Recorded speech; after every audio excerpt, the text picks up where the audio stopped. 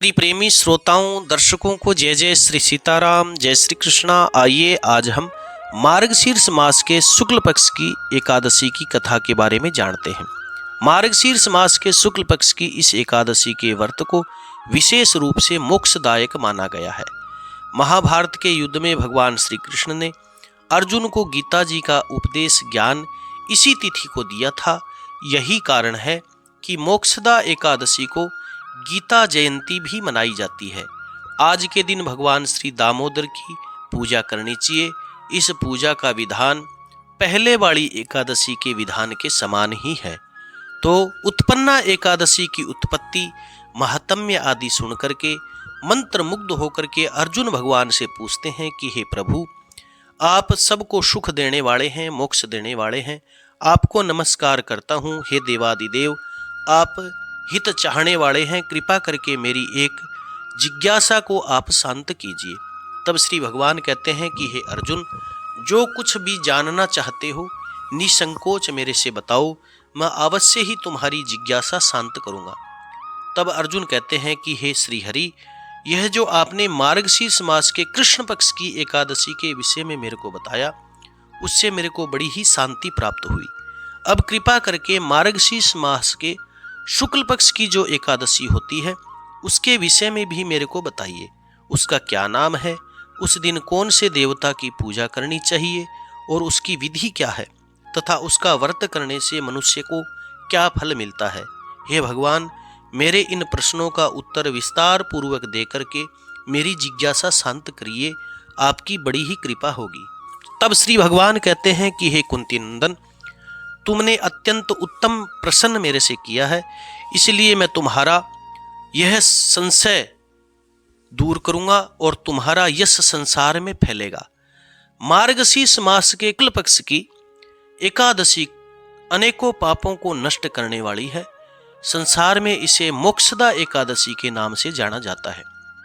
इस दिन श्री दामोदर भगवान की धूप, दीप, प्रसाद आदि से भक्ति पूर्वक पूजा करनी चाहिए। हे अर्जुन, इस एकादशी के व्रत के पुण्य के प्रभाव से नरक में गए हुए माता पिता पितर आदि को स्वर्ग की प्राप्ति होती है। पुराणों में इसकी कथा है, उसे मैं तेरे को बताता हूँ, तुम ध्यान लगा करके सुनना। भगवान कहते हैं कि हे अर्जुन, प्राचीन काल में एक नगर था, उसमें बैसानख नाम का एक राजा राज्य करता था। उसके राज्य में चारों वेदों को जानने वाले ज्ञाता ब्राह्मण रहते थे। वह अपनी प्रजा का पुत्र के समान पालन पोषण किया करता था। राजा को एक रात्रि में स्वप्न आया तो उसने अपने पितरों को नरक की यातनाएं भोगते हुए देखा। इस प्रकार का स्वप्न देख करके बड़ा ही व्याकुल हुआ राजा। उसके बाद उसे शांति प्राप्त नहीं हुई और सुबह होने की प्रतीक्षा करने लगा। प्रातःकाल होते ही उसने ब्राह्मणों को बुला करके उनके सामने अपना स्वप्न बताया। कहा कि हे ब्राह्मणों, रात्रि को स्वप्न में मैंने अपने पितरों को नरक में पड़ा हुआ देखा। उन्होंने मुझसे कहा है कि हे पुत्र, हम घोर नरक भोग रहे हैं, मेरी यहाँ से मुक्ति कराओ। स्वप्न देखा है, वचन सुने हैं, तब से मेरे को शांति प्राप्त नहीं हुई। मुझे अब यह राज्य, सुख, ऐश्वर्य, हाथी घोड़े, धन, स्त्री, पुत्र आदि कुछ भी सुखदायक नहीं लगते। अब मैं क्या करूं, कहाँ जाऊं? इस दुख के कारण मेरा शरीर तप रहा है। आप लोग मुझे किसी प्रकार का दान, तप, व्रत आदि बताएं जिससे मेरे पिता को मुक्ति प्राप्त हो। यदि मैंने अपने पिता को नरक की यातनाओं से मुक्ति के प्रयास नहीं किए तो मेरा जीना व्यर्थ है। जिसके पितर नरक की यातनाएं भोग रहे हो, उस व्यक्ति को इस धरती पर सुख भोगने का कोई अधिकार नहीं। हे ब्राह्मण देवताओं, मुझे शीघ्र ही इसका कोई उपाय बताएं। राजा की ऐसी निराशापूर्ण दुख भरी बातों को सुन करके ब्राह्मणों ने आपस में विचार विमर्श किया। फिर एक मत होकर के बोले कि हे राजन, यहाँ से समीप ही वर्तमान, भूत और भविष्य के ज्ञाता पर्वत नाम के एक ऋषि रहते हैं। आप यह सब बातें उनसे जाकर के पूछें, वे अवश्य ही आपको इसका सरल उपाय बताएंगे। ऐसा सुनकर के राजा मुनि के आश्रम पर गए। उस आश्रम में अनेक शांतचित्त योगी मुनि तपस्या कर रहे थे। चारों वेदों के ज्ञाता पर्वत मुनि दूसरे ब्रह्मा जी के समान दिखाई देते थे बैठे हुए। राजा ने उन्हें साष्टांग प्रणाम किया, अपना परिचय दिया। पर्वत मुनि ने उनकी कुशलता पूछी। तब राजा ने बताया कि हे देवऋषि, आपकी कृपा से मेरे राज्य में सब कुशल है, परंतु अचानक ही मेरे समक्ष एक ऐसी समस्या आ खड़ी हुई है जिससे मेरे को बड़ी अशांति हो रही है। फिर राजा ने उन्हें रात में देखे गए स्वप्न की पूरी बात बताई तथा दुखी स्वर में कहने लगा कि हे महामुनि, आप कृपा करके मेरा मार्गदर्शन करें कि ऐसे में मुझे क्या करना चाहिए और कैसे मैं अपने पिता को नरक की यातनाओं से मुक्ति दिला सकता हूँ। पर्वत मुनि ने गंभीरता पूर्वक राजा की बात सुनी, फिर नेत्र बंद करके भूत भविष्य पर विचार करने लगे। कुछ देर गंभीरता पूर्वक चिंतन करने के बाद में बोले कि हे राजन, मैंने योग बल के द्वारा तुम्हारे पिता के समस्त कुकर्मों को जान लिया है, ज्ञान प्राप्त कर लिया है।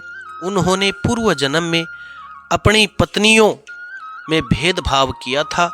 अपनी बड़ी रानी के कहने में आकर के उन्होंने अपनी दूसरी पत्नी को ऋतुदान मांगने पर भी दिया नहीं था। उसी पाप कर्म के फल से तुम्हारे पिता नरक में पड़े हैं। तब राजा बैखानस याचना भरे स्वर में कहने लगे कि हे महात्मन, मेरे पिता के उद्धार का आप कोई उपाय बताइए, किस प्रकार से वे इस पाप से मुक्ति पा सकेंगे। पर्वत मुनि कहने लगे कि हे राजन, मार्गशीर्ष मास के शुक्ल पक्ष में जो एकादशी होती है उसे मोक्षदा एकादशी कहते हैं। यह मोक्ष प्रदान करने वाली एकादशी है। आप इस मोक्षदा एकादशी का उपवास करें। उस उपवास के पुण्य को संकल्प करके अपने पिता को अर्पित करें। एकादशी के पुण्य के प्रभाव से अवश्य ही आपके पिता की मुक्ति होगी। मुनि के वचनों को सुनकर के राजा अपने राज्य को लौट आता है। कुटुंब सहित मोक्षदा एकादशी का विधि पूर्वक मार्गशीर्ष मास के शुक्ल पक्ष में उपवास करते हैं। उस उपवास के पुण्य को राजा ने अपने पिता को अर्पित कर दिया। उस पुण्य के प्रभाव से राजा के पिता को मुक्ति मिल गई। स्वर्ग को प्रस्थान करते हुए वह अपने पुत्र से कहने लगे कि हे पुत्र, तेरा कल्याण हो। यह कहकर के वो स्वर्ग में चले गए। भगवान कहते हैं कि हे अर्जुन, जो मनुष्य मार्गशीर्ष मास के शुक्ल पक्ष की मोक्षदा एकादशी को व्रत करते हैं, उनके समस्त पाप नष्ट हो जाते हैं और अंत में वह स्वर्ग लोक को पाते हैं। इस व्रत से उत्तम मोक्ष प्रदान करने वाला दूसरा और कोई भी व्रत नहीं। इस कथा को सुनने व पढ़ने से भी अनंत फल की प्राप्ति होती है। यह व्रत मोक्ष देने वाला चिंतामणि के समान है, जिससे व्रत करने वाले की सभी मनोकामनाएं पूर्ण होती है। श्री भगवान ने कहा कि हे अर्जुन, हर इंसान की प्रबल इच्छा होती है कि वह मोक्ष प्राप्त करे। मोक्ष की इच्छा वालों के लिए मोक्षदा एकादशी का यह व्रत महत्वपूर्ण है। पिता के प्रति पुत्र के दायित्व का इस कथा से उत्तम दृष्टांत दूसरा और कोई नहीं है। अतः भगवान श्री हरि विष्णु के निमित्त यह व्रत पूर्ण निष्ठा व श्रद्धा से करना चाहिए। इस कथा का सार यह है कि पिता के प्रति भक्ति और दूसरों के लिए पुण्य अर्पित करने की अनुपम यह कथा है। यह एकादशी का व्रत केवल व्रत करने वाले प्राणी का ही नहीं, बल्कि उसके पूर्वजों पितरों का भी भला कर देता है। अपने किसी सगे सहोदर मित्र बंधु को भी इस व्रत का फल अर्पण करने से उनके सभी पापों व क्लेशों का नाश हो जाता है। जो साधक माता पिता में ईश्वर को देखते हैं, भगवान विष्णु की असीम अनुकंपा से उसकी समस्त कामनाओं की सिद्धि प्राप्त होती है। समस्त श्रोताओं दर्शकों को जय जय श्री सीताराम, जय श्री कृष्णा, नमो भगवते वासुदेवाय। कथा सुनने के बाद में कथा को लाइक करें, शेयर करें और कमेंट में श्री भगवान का नाम अवश्य लिखें। जिन्होंने सदस्यता नहीं ली, चैनल सब्सक्राइब नहीं किया, वो चैनल को सब्सक्राइब करें। जय जय श्री सीताराम, जय श्री कृष्णा, नमो भगवते वासुदेवाय, नमो नारायणाय।